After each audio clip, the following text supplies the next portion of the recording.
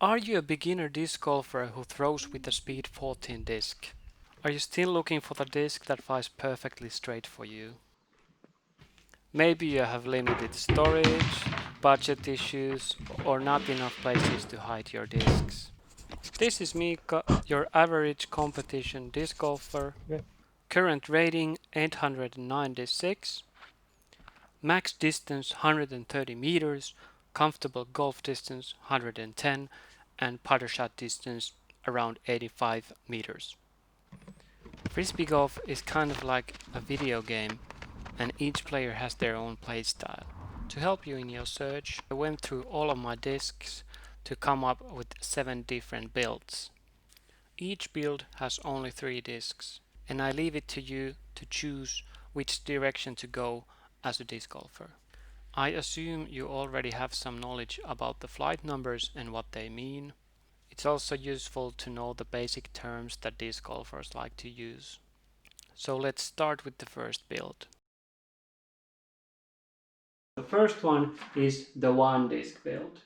I would recommend something that's very neutral, a mid-range, because you can also putt with the mid-range, and you can find mid-ranges that fly very straight from start to finish all the way. Tangent from MVP, a bus can be quite neutral.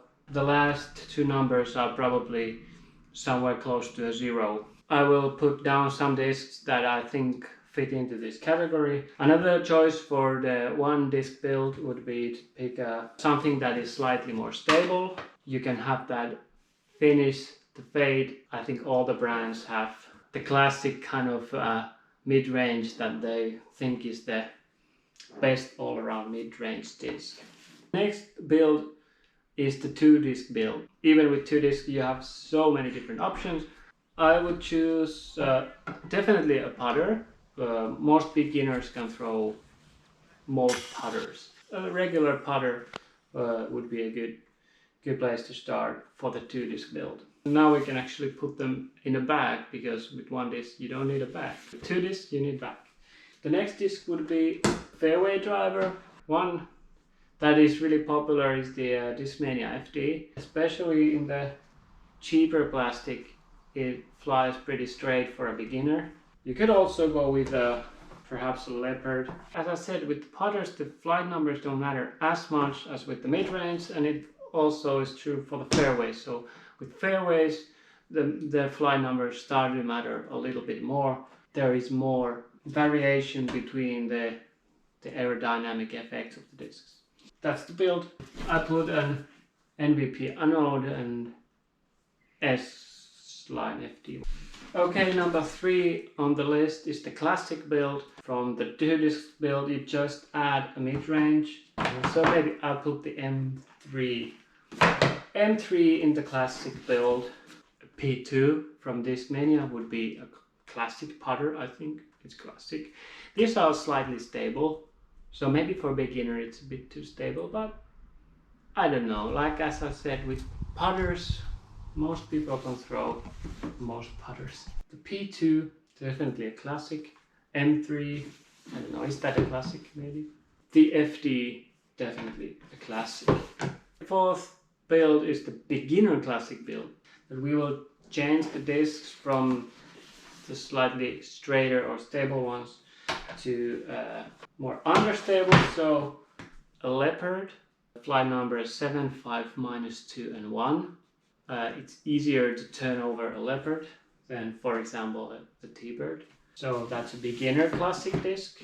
Tangent, again, this is the example that I have of a straight or slightly understable putter. I think Mako from Innova is another. And this is my first disc, so this is truly a classic.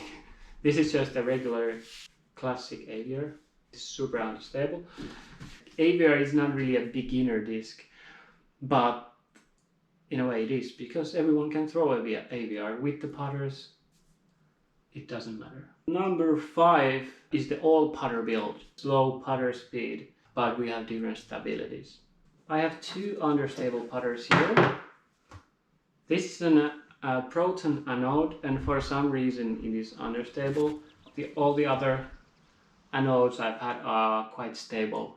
For some reason, most of these clear plastics, they are more overstable than the softer plastics, but with MVP it's vice versa. It's just my opinion, I don't know. If you're settled on a brand, you should definitely check into their plastics. Go to the forums, find out which are more durable, which one are more understable, overstable. Let's keep the understable anode away. Let's put the DX AVR. Let's put an anode in. This is a very long flying straight putter. Let's put a Jokeri. I don't really know, is this overstable? This Jokeri is at least quite stable, so I think that this build would be perfect for your technique to throw all kinds of shots with the putters, you know, turnovers or hyzers, everything. So this next build is kind of the opposite from the putter build. Build 6 is called the speedy build. I'll put the speedy plasma node as the putter.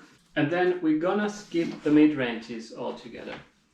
Why would we do that? When your max distance is less than 100 meters, the spreading of your disc is not that great. So you don't need that many speed categories. And I've noticed that if your mid-ranges are gonna fly just like 5 meters further than the putters, you might just want to go to the fairways straight ahead. I could put something else than the FD, maybe like a T-Bird or a F3 from Prodigy, or I can throw the FD almost as far as my distance drivers. I still recommend to not go faster than speed 10. Some brands have crazy numbers like number 14 or something like that. Don't throw faster than 10, like preferably like 9. I always check the width of the rim, not the speed.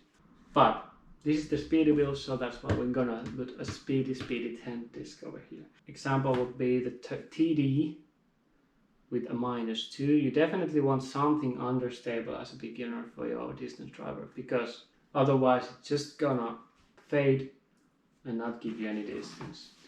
You could also use a wave from MVP. It's a really good understable tight flat profile disc. I don't have any other here, but maybe a Beast from Innova. If you can, go to the store and check how the disc looks. Like, you don't want to have something that is like super domey, but you don't also want a super flat one. Number 7 build is the max spread build. You want to have not just the slowest and the furthest disc in your vacuum, but you might also want something that is really stable, like that you can have like all different kinds of shots. We're not going to change the putter for this one. Just when you manipulate the angles, you can throw like all the putter shots basically with just one putter. We're gonna also keep the max distance driver. Maybe a Leopard would be the theoretical maximum distance. So definitely like some kind of understable driver, something that you can flip over. Of course, depends on your power. But then you'll need that something that will fade. You need a disc that you can throw headwind.